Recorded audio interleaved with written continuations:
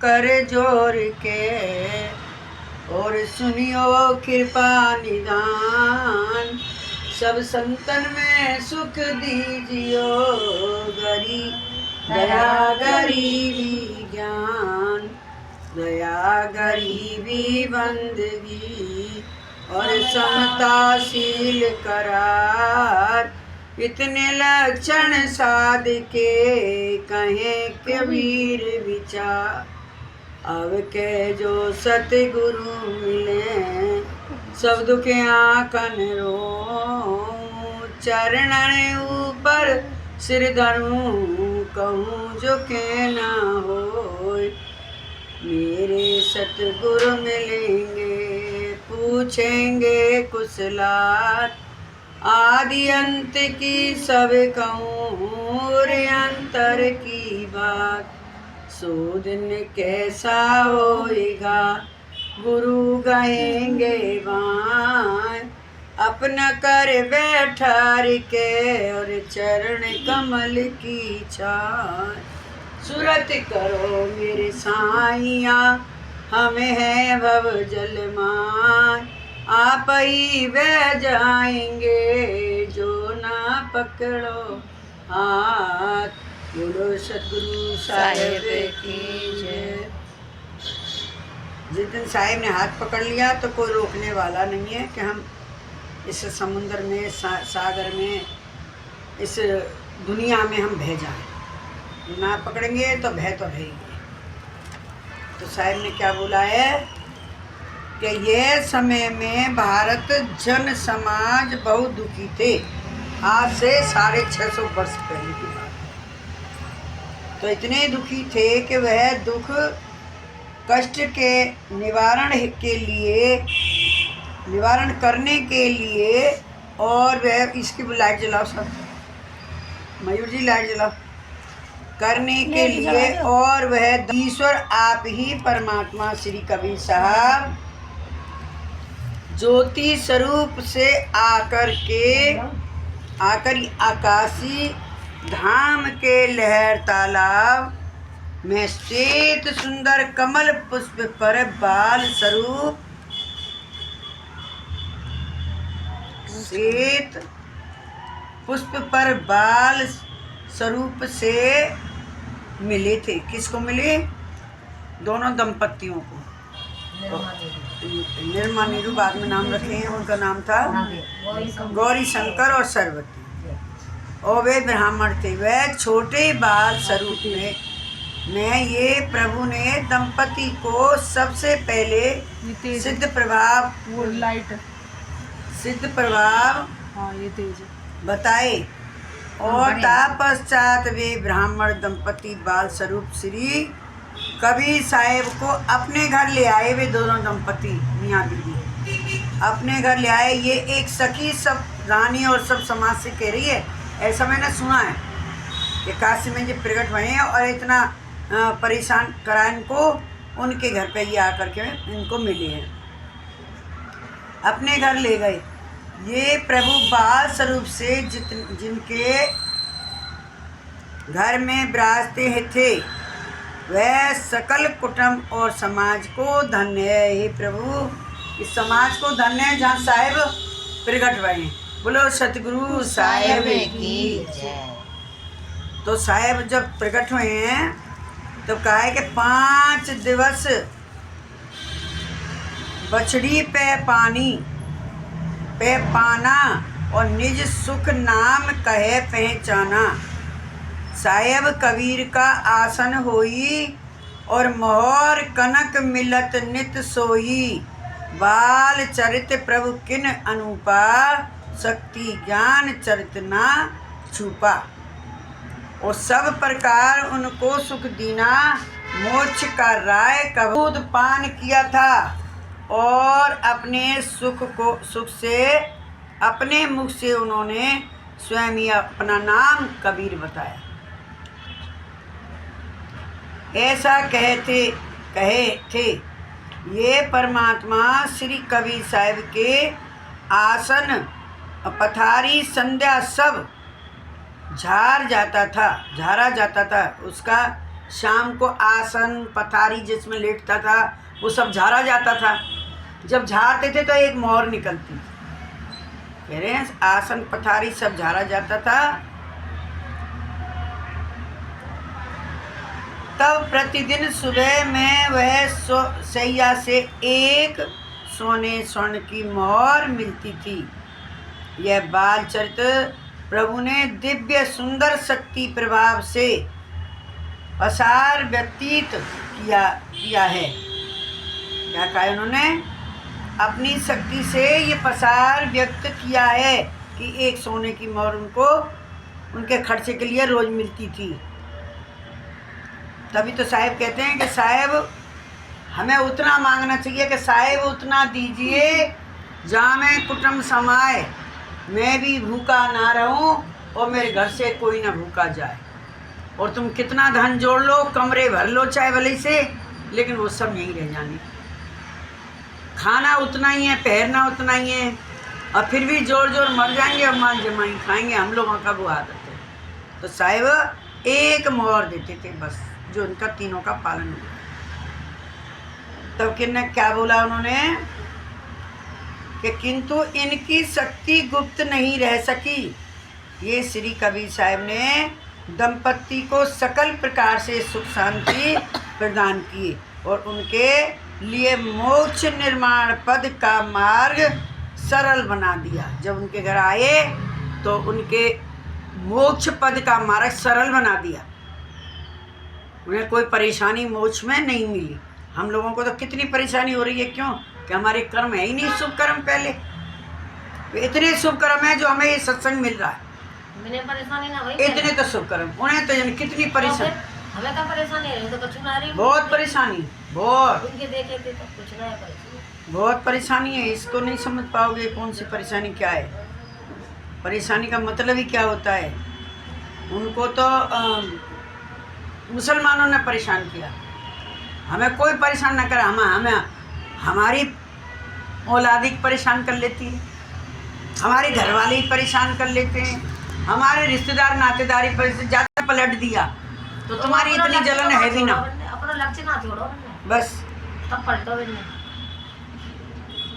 लक्ष्य छोड़ दिया, मरने चल दिए तो मरने चल दिए कि अब हमारे बस की नहीं है जीना। ऐसे माहौल में हम नहीं जी सकते। तब आकाशवाणी हुई है कि आप मरो मत, मैं आ रहा हूँ। तो हमने लक्ष्य को ना छोड़ोगे ना, मरवा मंजूर हो। हाँ। लेकिन उन्होंने शामिल है वो मंजूर। बिल्कुल, धर्म का उन्हें बनाया। ये वही तो बात है कि राणा लड़ा पर जब काटे, जब लडुआ काटे तो ना खा, तो 36 से लगा के खा तू खा, तू जा करता है उसका, वहाँ जा, तुझे जरूर जाना पड़ेगा। तो जाएगी तो खाना हाथ लगेगा, खाना खाओगे, खाना तो पड़ेगा।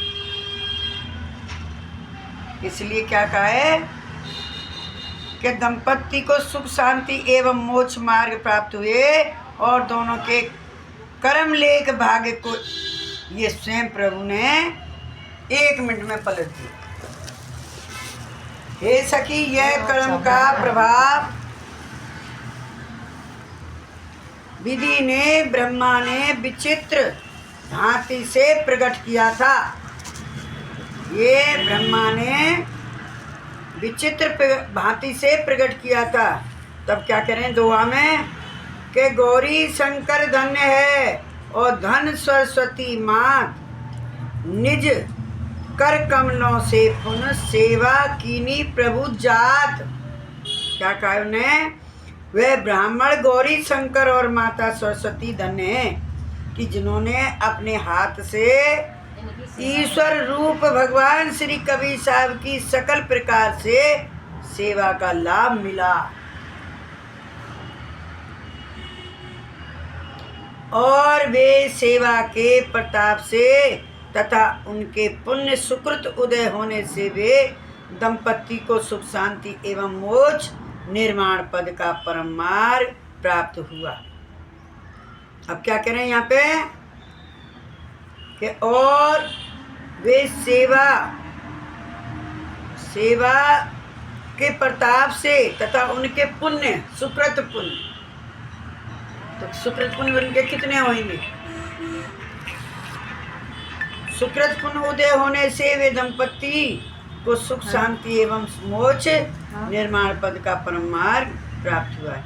यह हे प्रभु की परम दया, ये प्रभु की परम दया कृपा की पल में हमारी गली के ठीक सामने आएगी तो मैं दिख जाऊंगी तेरे को।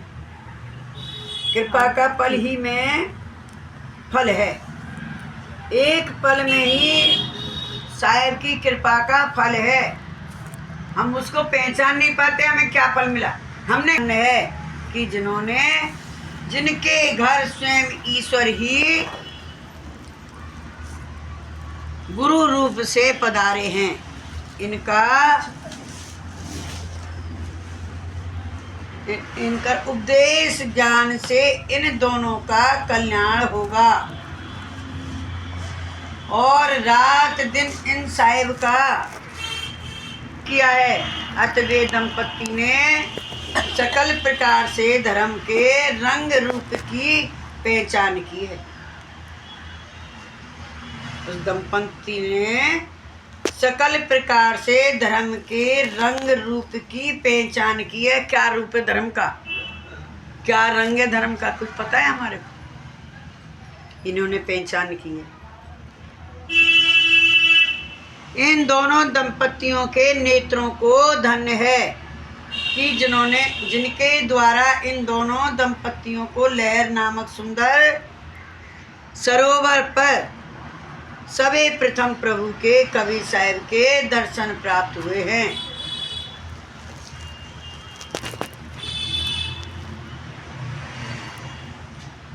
दंपति के पूर्व सुकृत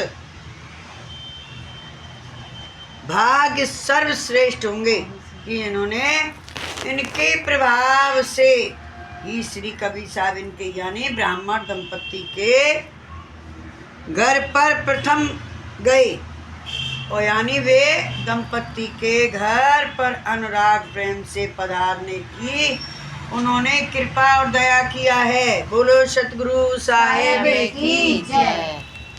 सबसे पहले साहेब उस पंडित पंडितानी के घर पे गए और धन्य है उनके भाग को और धन्य है उनके कर्मों को। यह बालक को धन्य है, क्या करिए वो सखी, यह बालक को धन्य है कि जिनके साथ ये परमात्मा श्री कबीर साहब बाल स्वरूप से बाल कीड़ा बाल रमत थे। बाल कीड़ा कर रहे, हाथ पैर फेंक रहे, रमत थे यानी खेल कूद कर रहे थे। और ये सखी बाल स्वरूप ये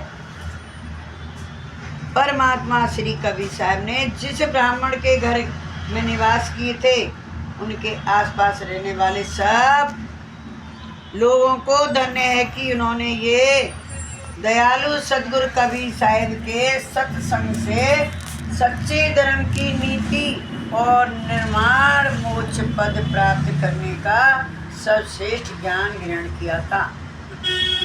साहेब जब वहाँ गए तो अगल बगल के सब लोगों ने साहिब से ज्ञान लिया, तो वे धन्य हैं उनको जो श्रेष्ठ ज्ञान मिल गया कि तुम लोग धन्य हो जो तुम्हें एक साहिब ज्ञान दे के चली गई और दुनिया भटकती रहेगी।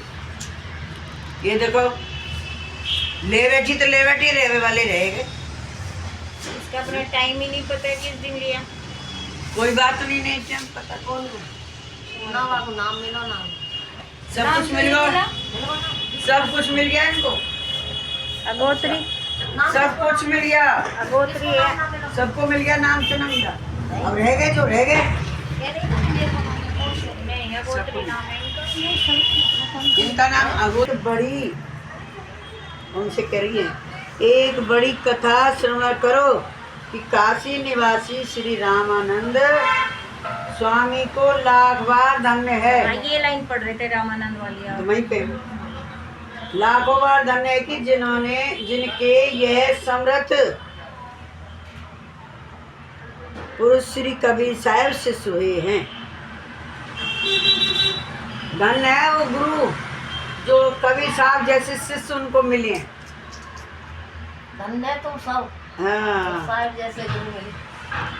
वो तो भैया भगवान को पता है, लेकिन यहाँ में तो उनको बोला है। वैसे नाम तुम्हारा बहुत ऊंचा है, तो चट में कहीं जाके देख लो, तुम पे जो नाम है किसी पे है ही नहीं। किसी से भी पूछ के देख लेना, और बताना नहीं है अपना, ये भी ध्यान रखना। किसको? किसी को भी नहीं बताना, पूछना है कि तुम पे क्या क्या नाम है। हमारे तो ये अच्छा, शब्द नहीं बताना। लहर नामक सरोवर में कमल पुष्प पर प्रकट होकर के जगत की गुरु प्रणाली को मान देकर स्वामी श्री रामानंद को उन्होंने गुरु रूप में धारण किया। क्यों किया?